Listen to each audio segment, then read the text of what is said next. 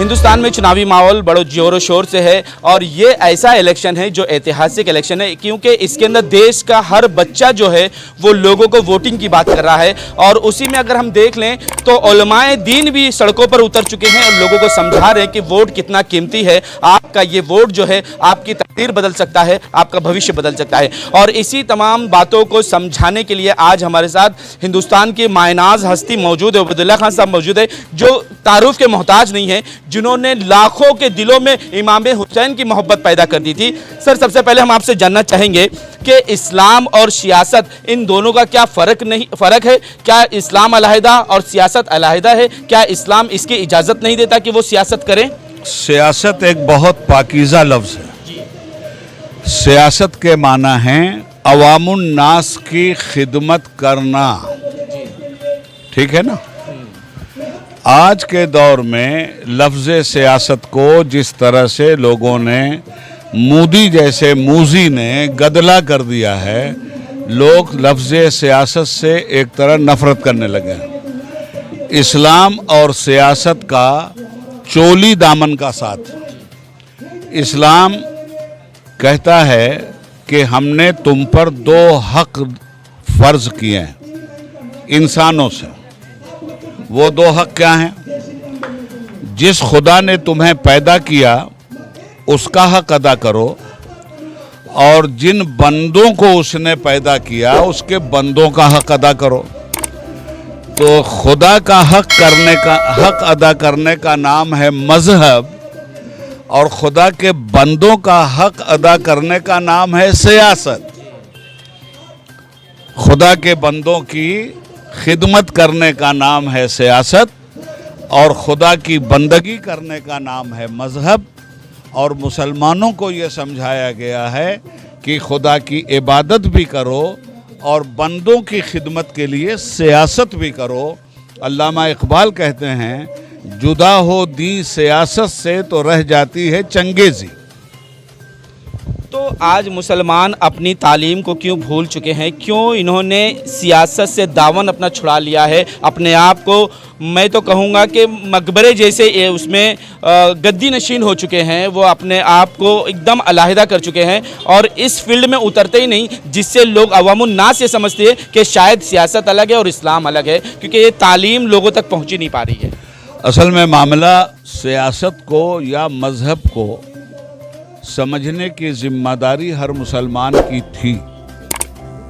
अफसोस ये है कि मुस्लिम बच्चों के सरपरस्तों ने भी न इस्लाम पे अमल किया, न इस्लामी सियासत को जाना। ज़रूरत इस बात की है कि बच्चों के गार्जियन वो इस्लाम को भी समझें और इस्लाम के नज़रिए सियासत को भी समझें। इसको समझाने के लिए घर घर कोई नहीं जाता, हर घर में कुरान और हदीस मुसलमान के लिए मौजूद है। कुरान में भी सिर्फ खुदा की इबादत की और खुदा के बंदों की खिदमत की बात की गई है। हदीस में भी खुदा की इबादत की बात की गई है और खुदा के बंदों की खिदमत की बात की गई है। खिदमत और खिदमत खल्क को भी पढ़ना चाहिए और परवरदिगार के हुकूक को भी समझना चाहिए। रसूल पाक ने फरमाया था कि तलबुल इल्म फरीज़तुन अला कुल्ले मुस्लिम व मुस्लिमा, हर मुसलमान मर्द औरत पर इल्म का हासिल करना फ़र्ज़ है। इल्म हासिल किया होता कौम ने तो दीन को भी जानती और सियासत को भी जानती। अफसोस इस बात का है कि इस सिलसिले में मुसलमानों ने वो मेहनत नहीं की जिस मेहनत के बगैर आज हमें ये बुरे दिन देखने पड़ रहे हैं। हज़रत, कहीं ये एक चीज़ और भी नज़र आती है मुसलमानों में कि अगर मुसलमान किसी को अपना लीडर बना लेता है, अपना रहनुमा बना लेता है, तो वो पहले वो कौम के नाम पे वोटिंग मांगता है, वोट मांगता है, लेकिन जैसे ही उसे कुर्सी मिल जाती है तो वो अपनी रोटी सेकने लग जाता है, तो लोगों का जहन मुंतशर हो जाता है। क्या ये भी एक चीज़ नज़र आ रही है? देखिए, जब हमारे पास अपनी आँख होगी तो हमें यह सब दिखलाई देता ना। आज हमारी कौम की बदकिस्मती यह है कि हमारी कौम के पास अपनी आँख नहीं है। वो दूसरे की आँख से देखती है, दूसरे के कान से सुनती है, दूसरे के मुंह से बोलती है। तो जब आप दूसरे के कान से सुनोगे तो बहका के ले जाएगा, वो दूसरे की आंख से देखोगे सही देखने नहीं देगा। इसीलिए कह रहा हूं कि इल्म हासिल कीजिए। तो इल्म आपको अपनी आंख देता है, अपना कान देता है, अपनी ज़ुबान देता है। मुसलमानों को यही पैगाम है कि मुसलमान चाहे एक वक्त की रोटी खाए मगर नमाज न छोड़े, दीन की तालीम न छोड़े, और इस दुनिया में जो असली तालीम है उस तालीम से अपने को दूर न रखे। मुसलमान फंस गया गांजा में, मुसलमान फंस गया शराब में, मुसलमान फंस गया नशा में, मुसलमान फंस गया चुगली में, मुसलमान फंस गया कंस्पिरेसी में। ये सब काम मुसलमान का नहीं था। मुसलमान का काम था इन्हीं सब चीज़ों को ख़त्म करना और इंसानियत की खिदमत करना। चलिए सर एक आखिरी सवाल कि कुछ लोग तस्बीह दे रहे हैं कि जिस तरह से इमाम हुसैन के लश्कर में चंद मुसलमान थे और सामने भी मुसलमान थे, लेकिन वो मुसलमान बेईमान थे जो आज ऐसे लोगों को वोट दे रहे हैं जिससे सत्ता भी उनकी बन रही है जो यजीद जैसे हैं।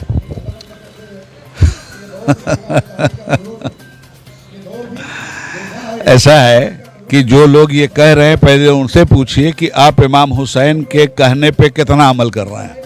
जी, आज के लोगों को कुछ नसीहत देंगे? जिस तरह से हमारी औरतें जो है वोट देने नहीं जाती, हमारे परिवार में 4 लोग होते, 2 ही लोग वोट देने जाते, बाकी सारा परिवार घर पर रहता है। भाई यही तो गलती है। यही वोट आपके मुस्तकबिल की ज़मानत है।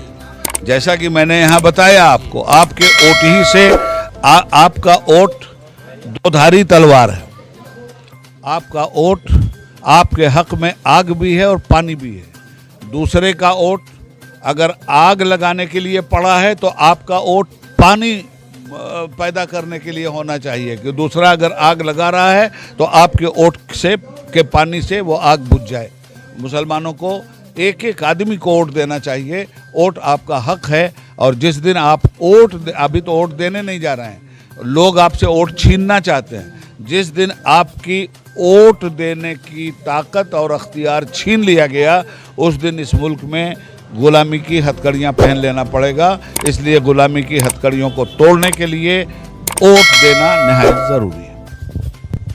तो ये आलिम दीन मौलाना उबैदुल्लाह साहब ये कह रहे थे कि मुसलमानों को वोटों की अहमियत समझना चाहिए, क्योंकि ये वोट है जो गुलामी से बचाएगा तुम्हें, और यही वोट है जो सरफराजी की तरफ तुम्हें ले जाएगा। तो मुसलमानों को चाहिए कि वो अपने वोटों को समझे और खुलकर बाहर निकले और पूरी तरह से वोट करें, और अपने इल्म को समझे कि मुसलमान सियासतदां था, सियासत उसके झोली की थी, उसने वो झोली कहीं फेंक दी है, और ना ही सियासत को समझ रहा है न दुनिया के को समझ रहा है।